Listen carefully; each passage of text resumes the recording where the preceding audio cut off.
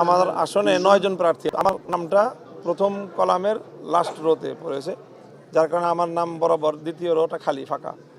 যেমন অনেকটা ওই গণভোটের ব্যালটের মতো, গণভোটে যেখানে হা না সামনে হলো ফাঁকাটা, সেখানে সিল মারতে হয়। তো ওই জায়গাটায় আমার অনেক ভোটার ভুল করেছে। যেমন সেম একই কেস হয়েছে ঢাকা 8 আসনে। ঢাকা 8 আসনে মির্জা আব্বাস সাহেবের নামটা ঠিক আমার পজিশনে ছিল, এবং ঠিক ওনার ভোটাররাও অনেকেই ওনার ভোট দিয়েছেন সেই ফাঁকা জায়গায়, মনে করেছে ফাঁকা জায়গায় সিল মারার জায়গা। তো ওই ভোটগুলোকে মির্জা আব্বাস সাহেবের জায়গায় কাউন্ট করা হয়েছে ওনার আসনে, কিন্তু আমার আসনে সেই ভোটগুলোকে বাতিল বলে গণ্য করা হয়েছে। এবং সেই ভোটের অ্যামাউন্টটা খুব ছোট না।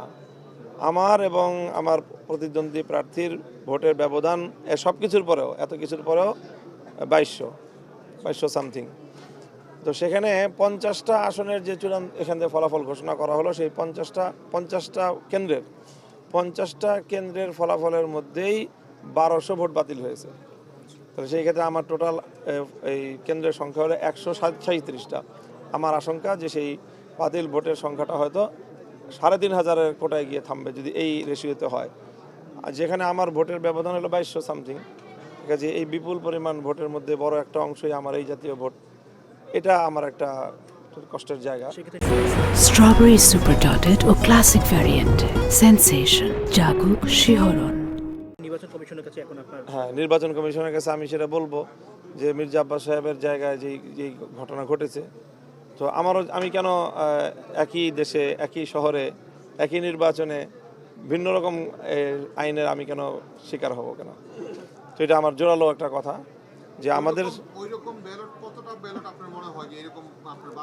সেটা তো আমি এভাবে বলতে পারবো না, যেহেতু আমার আশঙ্কাটার জায়গা হলো যে 50টা কেন্দ্রের মধ্যেই 1200 ভোট বাতিল হয়েছে।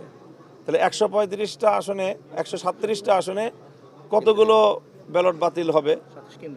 137টা কেন্দ্রের মধ্যে স্বাভাবিক। এখন কমিশনে আমি এখনো কথা বলি না, আমি ইসের কাছে বলছি, রিটার্নিং অফিসারের কাছে। তিনি এই বিষয়টা বলেন যে এটা তো আমার সাবজেক্ট না, এটা কমিশনের সাবজেক্ট। তো আমরা কমিশনের কাছে সেই কথাটা বলবো।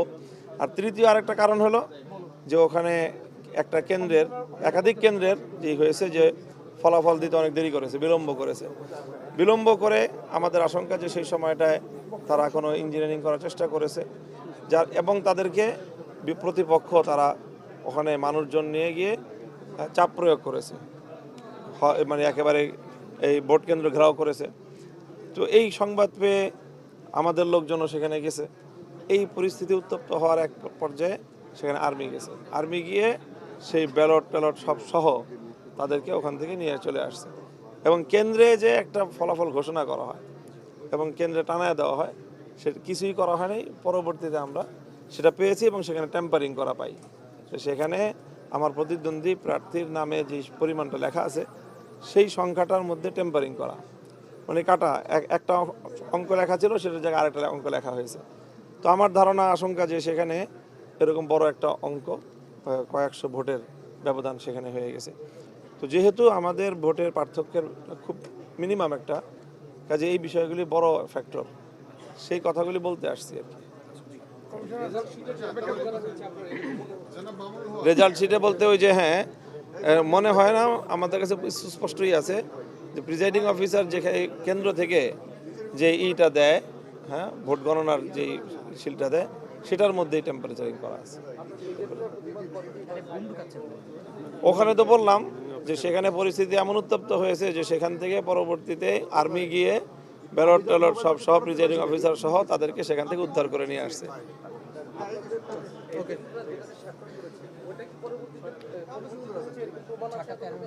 সেই কাগজটার মধ্যেই টেম্পারিং করা কাটা। এখন আমি আমার অফিস ইয়ার থেকে স্বাক্ষর নেওয়ার পরে যে সে করে নাই, আমি কিভাবে বলবো?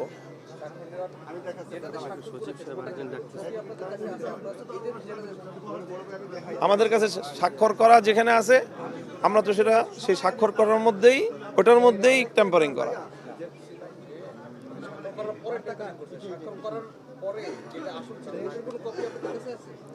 আসল কপি তো দেয় নাই আমাদেরকে, আসল কপি তো দেয় না, ছবি আছে, সেই ছবির মধ্যে টেম্পারিং করা।